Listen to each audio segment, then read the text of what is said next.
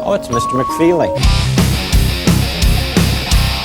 I have seen the future, and he was wearing number 5, and I ain't talking about Robbie Grimsley, folks. Took out the muffins, took out the trail mix, took out the cookies. They stole the monster cookies. Wow, that's awesome.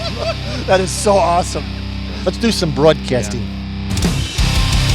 Let's do some broadcasting with our ever-prescient Mike McFeely. You just mentioned in your intro that number 5 still works on that intro, Yes, right? and I will admit, I didn't see that one coming. No, I don't know. When Trey Lance, I don't even remember what game it was, but in 2018, he came in and... Oh, I think I know. It was North Alabama. North Alabama. Had a run, he went, whoa. Yep.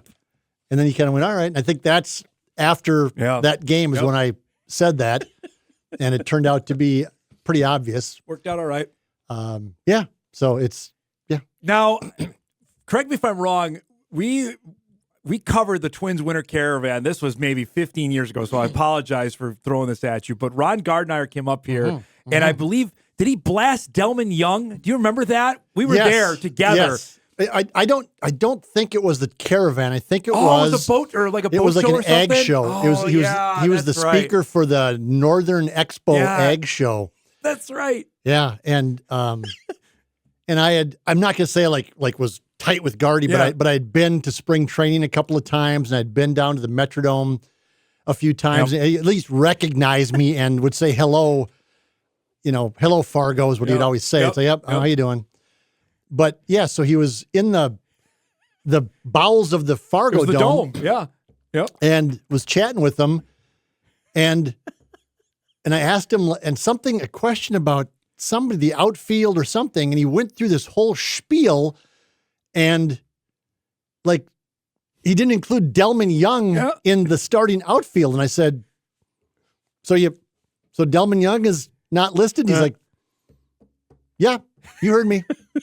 I'm like, whoa, okay. Oh man, I just remember. And so I wrote the story, and it blew up. Yep. And it apparently caused some issues for Gardy. I had the Star Tribune guys call me, the Pioneer Press guys calling me, going, it's like, and then the next time, then when they were here for the Caravan, in the annals of cold shoulders, that was the coldest shoulder I've ever gotten in my life. I'm just saying, hey man, woo! Man. And you said it. I mean, wow. I remember one year he was here, Gardy was, and they were trying to get a deal done with Carl Pavano. He was literally negotiating on air with me with Pavano about like what they. But that was the cool part. Like the Twins would always bring some heavy hitters up here for and the Caravan. It's different now. Yes, it is. I think I heard your monologue here before I came in. And I think you're right. I think about 10 years ago or so, things just kind of changed. And I think that the Twins started to de-emphasize the Winter Caravan for whatever reason. Yeah. I know the players never liked it because they couldn't get their workouts in and they had to travel to these different places. Byron Buxton came to Detroit Lakes. I remember that. We went to go talk to Buxton and DL. Yeah, and I heard you mention guys like, Justin Morneau and guys. I mean, the manager, Gardner, came up here, and he was fun. Molitor came up a couple times, and too. Gardy was fun, by the way. Yes. And the Twins just seemed more, and I know everything has changed for various reasons, and part of it is because of just the proliferation of the internet and social media. But the Twins, and this goes for spring training. When I used to go down to spring training in Fort Myers used to be the best place to go. Yeah. Because it was all access. And you could stand in the Twins locker room at Hammond Stadium, and it was it was Joe Mauer, Justin Morneau, Jim Thome, and it was just, if you went up and said, hey, you got 5 minutes? And they would either say, yeah, sure. Or no, or nope, I got to go do a workout or go take BP or whatever. Go to golf. Right, yeah, right, exactly. It's like, no, because I got a tee time in 10 minutes. And which happened, all the time. But it was so casual and so Brad Radke. I remember talking to him just BSing with them, not even stuff for the record. Yeah, just Joe Nathan and I talked for 10 minutes. Just BSing about stuff. And they were so laid back, and it was spring training, and it was Florida, and it was February or March, and you had access to whatever you wanted. And then Twitter came along. And then the last couple times I was down in spring training, it just wasn't much fun. It was very controlled, very just stiff, and you didn't really get access. And I know this is media whining, but I think it tells you just how things have changed in the media business. That it used to be, you could, I'm not going to say establish relationships with guys, but you could build a little trust and some interaction with them. And again, I was not like tight with Gardenhire, but because I was at spring training and because he would come up here and because I would go down to the Twin Cities, there was a recognition of, hey, hey, what's up, Fargo? Hey, Mike, what's up? And you could talk and I could ask him a question at spring training and say, okay, put my tape recorder away and say, so, is this guy? And he's like, no. Yeah. That's not happening. But that just doesn't happen anymore. Gone now. It's just long gone. Speaking of more media whining, after the game last night, Ryan Day, the head coach of the national champions, claimed the $20 million roster was underdogs. Oh, yes. Oh, we had to overcome so much. Stop! And you know what it reminded me of? I know exactly. You know what it reminded me of? Go for it. Yep. Chris Kleiman, who we all, respect and like, and he's a great guy. I mean, Chris Kleiman is truly a good dude. All-timer, yes. Yep. But this one was But it was after a playoff game, I think, or something at the Fargo Dome. You and I have talked about this before. And he gets up there and says, nobody thought that we could win this game. And I wish there would have been a camera on my face because the look was like, what? It's that Twitter meme where the guy goes, like blinks, and I think I probably about broke out in about laughing. I was convulsing. I'm like, what are you talking about? Who thought you couldn't win? Yep. And then after the thing is over, I immediately walk up and go, who didn't think you're going to win this game? Name one person. Yeah. He goes, a lot of people. He walks by. No, there was nobody. No. There was nobody. No. Like everybody knew you're going to win the game by 3 touchdowns. So when Day said that last night, I immediately thought of that. Like, what are you talking about? Who thought You're that? Ohio State. Yeah, right. Exactly. You're Ohio State. It's not like it's South Alabama. Right? Like if the head coach of South Alabama, okay, I can believe that. I mean, if Mercer comes into Fargo and they beat NDSU, they can legitimately say nobody thought we were going to win this game. Correct.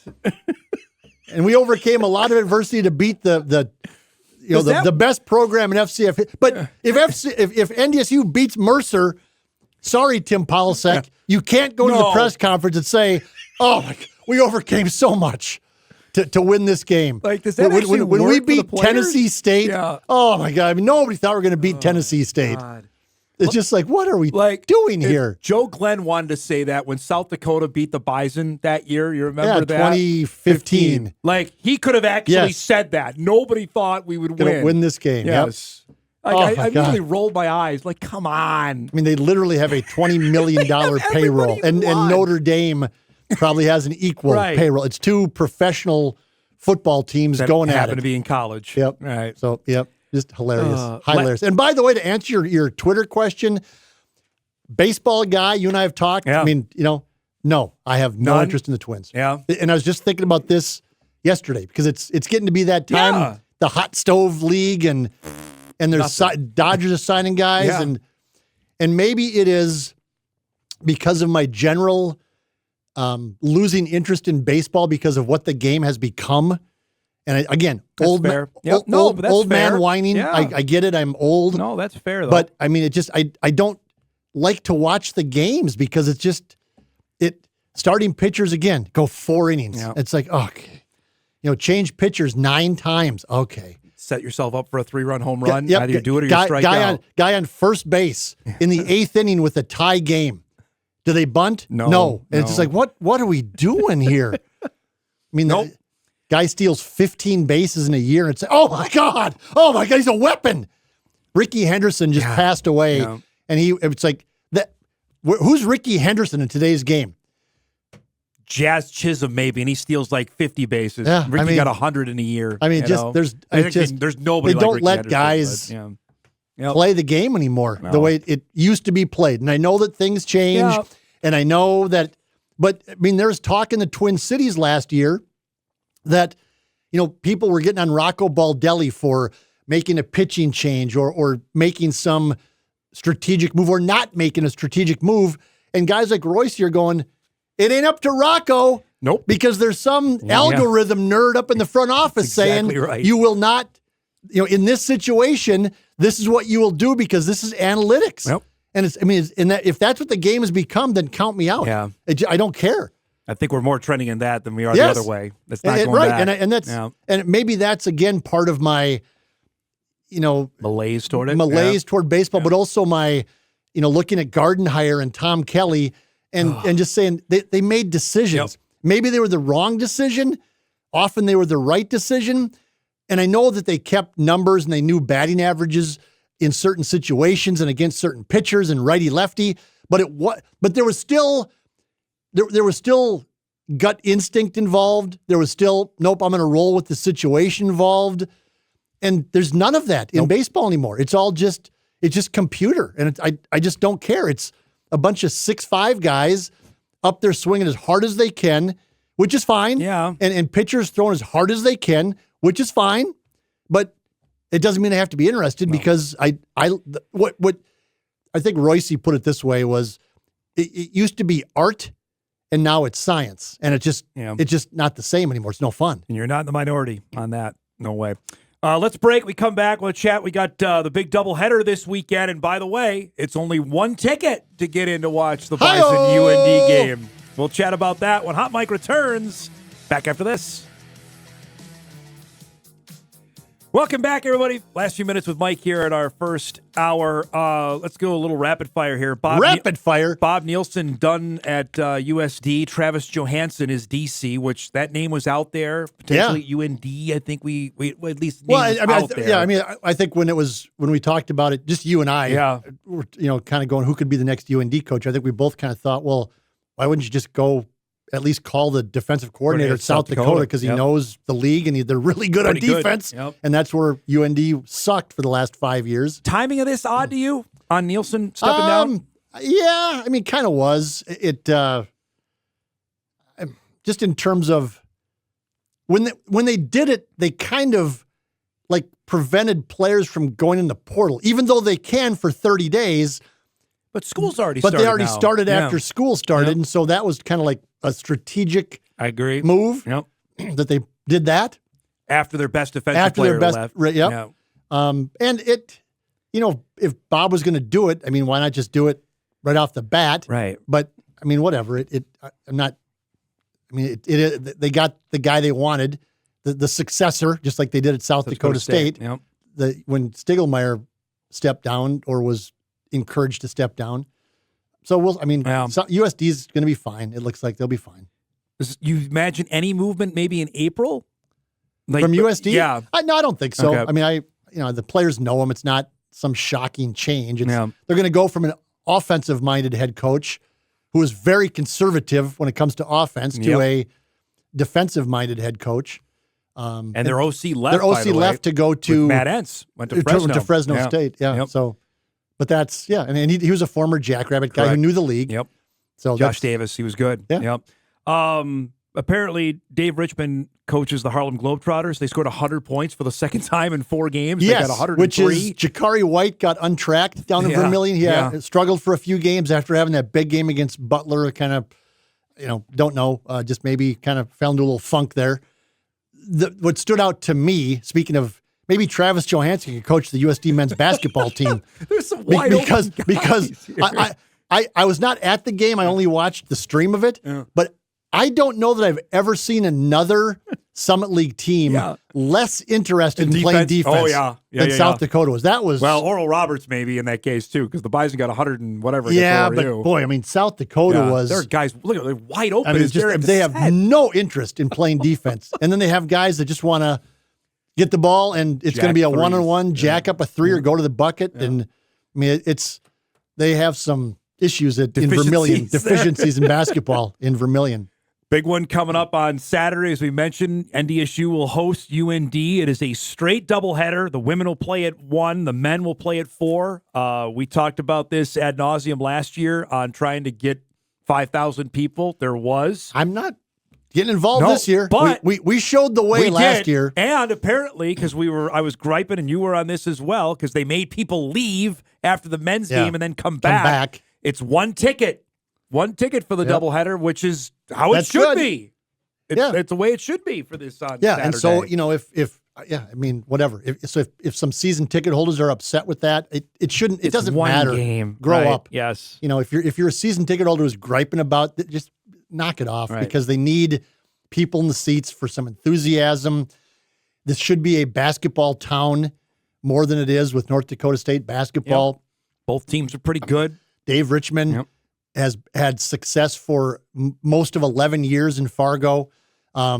If your complaint prior to this season was, the way they play offense is boring and it's too, just slow it down and, pound it into not this year. No. They are one of the best 3-point shooting teams in the country. Defensively, they're not as locked down as they have been in the past, but they're good enough. And especially considering, if you look at the statistics nationally, I think there are 4 Summit League teams among the worst 50 teams in all of Division I at defense. You look at USD, Oral Roberts, UND, and there's one more, and I can't think of it right now, but they're not good. I think it's Denver. Yeah. Denver's awful. Because Denver hasn't won a game yet. Yeah, they're really bad. And so they're just awful defense in the Summit League. So Bison are good enough on that. And the Bison are good enough there, as is SDSU and Omaha and St. Thomas.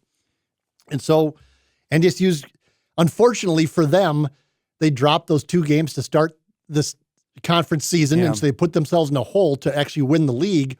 But they're going to be in the mix for the rest of the way, and in Sioux Falls. They're fun to watch. It's a good team. Yep. And Jakari White is fun to watch. He's a good player. He's been here, for 3 years or whatever it's been, 3 years. Has a chance to be here for a 4th. With the junior college thing, could be another year here or somewhere. Yep. And then Jackson Money, came from Northern State and is really fun to a unique 6'10" guy. Just who's got legitimate NBA buzz around him, Mike. I mean, that is legit I don't know. Out there. Yeah, I don't know about that, but it's out there. Yeah, I mean, we'll see on that. But I mean, they're fun to watch. They're good. And the Jory Collins team as well. They played a craptacular game on Saturday. They didn't make a basket in the 4th quarter, but they should handle UND, I would think. That's a fun team to watch as well. That might be a better game if things go according to plan. Yeah. NDSU's men should win that game. I don't know what the line is going to be, but UND has struggled shooting the basketball ever since the Alabama game. Trace and Eaglestaff has kind of done a little kind of what Jakari White did after a big game. And about all these outside pressures in today's world. I don't know if that's the case, but boy, Trayson has struggled shooting the basketball and from 3 ever since the non-conference game after Waldorf, I think, came after Alabama, and in league play, boy, he's struggling. Not been great, no. And UND is also not great defensively. They cannot stop anybody. I don't know that it's effort there as much as it might just be foot speed. And just, Trayson has never been a great defensive player. He's been better this year, I think, but they're not great defensively. So if things go according to Dave Richmond's plan, that one should be an NDSU victory. I think the women's game might be interesting. I think. I mean, it might be pretty good. UND's better than I thought on the women's side so far. They're 3-3 in the middle of the Summit League. So we'll see. Great stuff as always, bud. Have a good day, and we'll see you on Saturday at the game. You betcha. Mike McFeely, join us each and every Tuesday at 9:35. We're overdue for a break. We'll take one now. We come back. You'll meet North Dakota's next big thing in high school football from Castleton, North Dakota. That's coming up. We start hour 2 after this.